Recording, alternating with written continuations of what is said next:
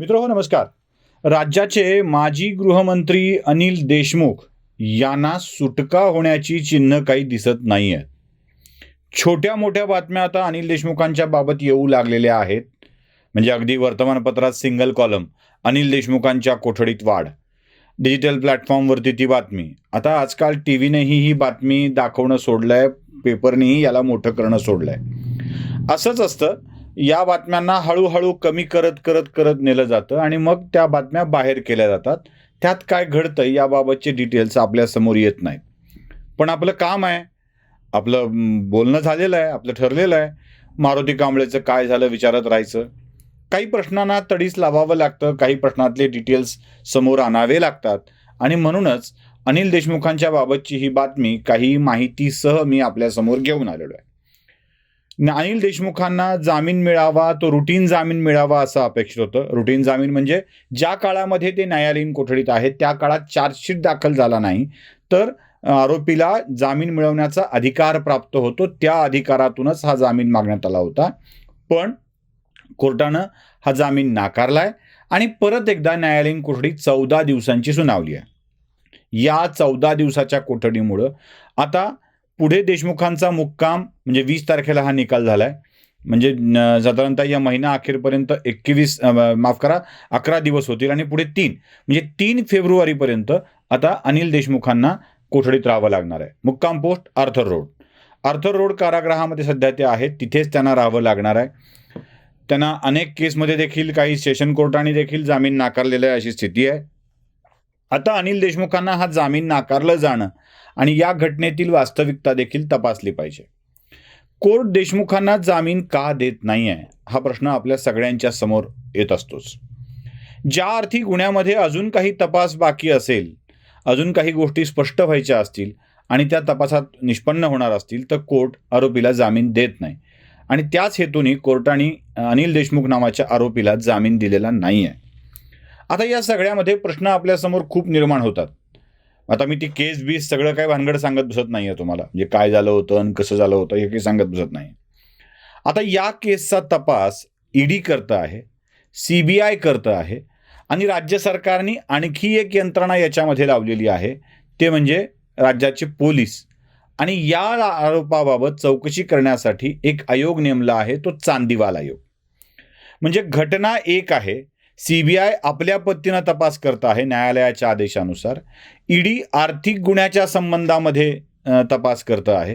ईडीला बाकी गुन्ह्याशी काही संबंध नाही आहे. आर्थिक गुन्ह्याच्या विषयामध्ये ईडी तपास करत आहे. CBI वेगळा तपास करत आहे आणि त्यानंतर चांदीवाल आयोग एक वेगळा तपास करत आहे. आता चांदीवाल आयोगाच्या समोर आपल्याकडे बातम्या नेहमी येतात. आता या बातम्या खऱ्या समजल्या तर खरं तर अनिल देशमुखांना पटकन जामीन मिळून जायला हवा होता. चांदीवाल आयोगासमोर कोण कोण काय काय जबाब दिले याच्या बातम्या रसभरीत वर्णनांच्या सहित माध्यमातून आलेल्या आहेत. म्हणजे अगदी स्पेशल शोज झालेले आहेत, मोठमोठ्या बातम्या छापून आलेल्या आहेत. एक तर वाजेनी अशी कोणतीही बैठक झाली नाही अथवा राज्याच्या गृहमंत्र्यांनी मला खंडणी गोळा करायला सांगितलं नाही असा जबाब वाजेनी दिल्याचं बोललं जातं. बातमी आली अशी. जबाब काय दिलाय आयोगाच्या समोर माहीत नाही, पण चांदीवाल आयोगाच्या समोर वाजेनी मला खंडणी गोळा करायला सांगितलं नाही असा जबाब दिल्याच्या बातम्या आपण वाचलेल्या आहेत.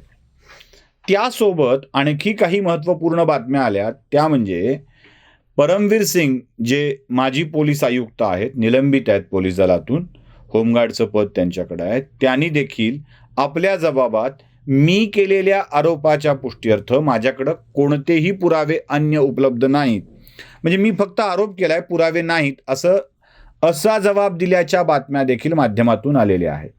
खरं तर परमवीर सिंगांनी जे पत्र महाराष्ट्राच्या मुख्यमंत्र्यांना लिहिलं आहे त्या पत्रातच पुराव्यासहित आरोप केलेले आहेत. म्हणजे पुरावे म्हणजे त्यांच्याकडचे पुरावे जे काय आहेत ते, म्हणजे फोन कॉल झाला, ACP सोबत झाला, मग ACPनी मला काय सांगितलं, मग त्या ACPनी परत दावा असा केला, अशा बातम्या आल्या चांदीवाल आयोगाच्या समोर की मला अशी बैठक झाल्याचं माहीतच नाही. म्हणजे चांदीवाल आयोगाच्या समोर दिलेले जबाब, चांदीवाल आयोगाचं खरं तर मत अजून यायचं आहे, निष्कर्ष अहवाल अजून यायचा आहे, त्याच्या आधी माध्यमांनी वाझेचा जबाब, परमवीरचा जबाब, ACPचा जबाब, या सगळ्यातून अनिल देशमुखांना क्लीन चिट दिल्याची भावनाच त्यातून स्पष्ट होते आहे. जर चांदीवाल आयोगासमोरचा हा जबाब अधिकृत असेल, योग्य असेल, तर अनिल देशमुखांना या केसमधून जामीन का मिळत नाही आहे? की हेच व्यक्ती ईडी समोरच्या न्यायालयापुढे दिलेल्या जबाबात वेगळं बोलतायत आणि इकडे वेगळं बोलतायत, CBI समोर वेगळं बोलतायत आणि इकडे वेगळं बोलतायत का? राज्यासमोर वेगळं बोलतायत का? न्यायालयासमोर वाझे पत्र देतोय, अगदी शपथपूर्वक लिहून देतोय, वकिलामार्फत पत्र सादर करतोय. म्हणजे त्या पत्राविषयीचा तमाशा तुम्हाला चांगला माहीत आहे. न्यायालयानं नाराजी व्यक्त केली होती हे पत्र बाहेर कसं फुटलं म्हणून. वाझे न्यायालयाच्या समोर अनिल देशमुख आणि अनिल परबांचं नाव घेऊन पत्र देतो. मला त्यांच्या सहाय्यकांनी पैसे गोळा करायला सांगितलं हे देखील तो सांगतो. एवढंच काय, शरद पवार नाराज असल्यामुळे त्यांनाही पैसे द्यावे लागतील असाही निरोप मिळाल्याचं सांगतो. याच आशयाचं कथन परमवीर सिंग आपल्या पत्रात मुख्यमंत्र्यांच्याकडे करतात.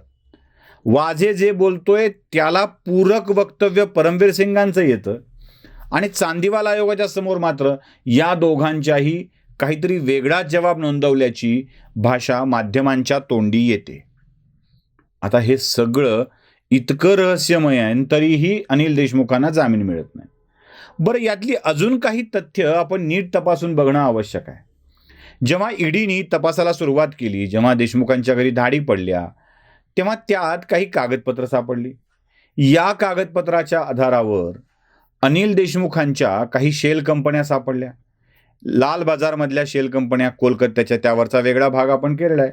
कोलकात्याच्या लाल बाजारमधल्या शेल कंपन्यांच्या माध्यमातून म्हणजे मुंबई टू दिल्ली, दिल्ली टू कोलकाता आणि कोलकाता टू पुणा साई शिक्षण संस्था नागपूर, म्हणजे मुंबई, दिल्ली, कोलकाता, नागपूर अशा झालेल्या कोट्यावधी रुपयांच्या प्रवासाचा खुलासा ईडीनी न्यायालयाच्या समोर देखील केलेला आहे, अधिकृत त्यात वक्तव्य केलेलं आहे.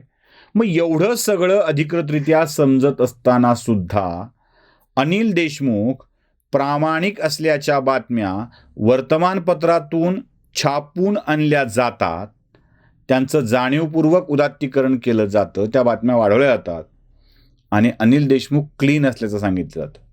तरीही कोर्ट मात्र अनिल देशमुखांना 3 महिने झालं न्यायालयीन कोठडीच्या बाहेर काढत नाही. 80-82 दिवस झाली. 2 नोव्हेंबर 2021ला अनिल देशमुखांना अटक झालेली आहे. 2 नोव्हेंबरचा अख्खा महिना गृहीत धरा, डिसेंबरचा अख्खा महिना संपलेला आहे, ती 2 महिने झाली आणि आता जानेवारीमधले 20 दिवस संपलेले आहेत. म्हणजे 60 अधिक 20 असे 80 दिवस लोटलेले आहेत. अनिल देशमुख आत आहेत. आता पुढच्या अजून काही दिवस झालीतच, 2 दिवस अजून वाढली तर 2-3 दिवस. म्हणजे जर अनिल देशमुख इतके दिवस बाहेर येऊ शकत नसतील तर त्या आरोपपत्रात नक्कीच तथ्य आहे असं म्हणावं लागेल. अर्थात चांदीवाल आयोग आणि महाराष्ट्र पोलीस यांच्या तपासाच्या बातम्या देऊन आपण फारच प्रामाणिक असल्याचं चित्र निर्माण करणं म्हणजे ही सरळ धुळफेक आहे. एवढं मात्र नक्की आहे, तुम्ही काहीही करा, अजून 14 दिवस म्हणजे किमान 3 फेब्रुवारीपर्यंत तरी अनिल देशमुखांना आर्थर रोडच्याच कारागृहातल्या बराकीत राहावं लागणार आहे, एवढं नक्की आहे. नमस्कार.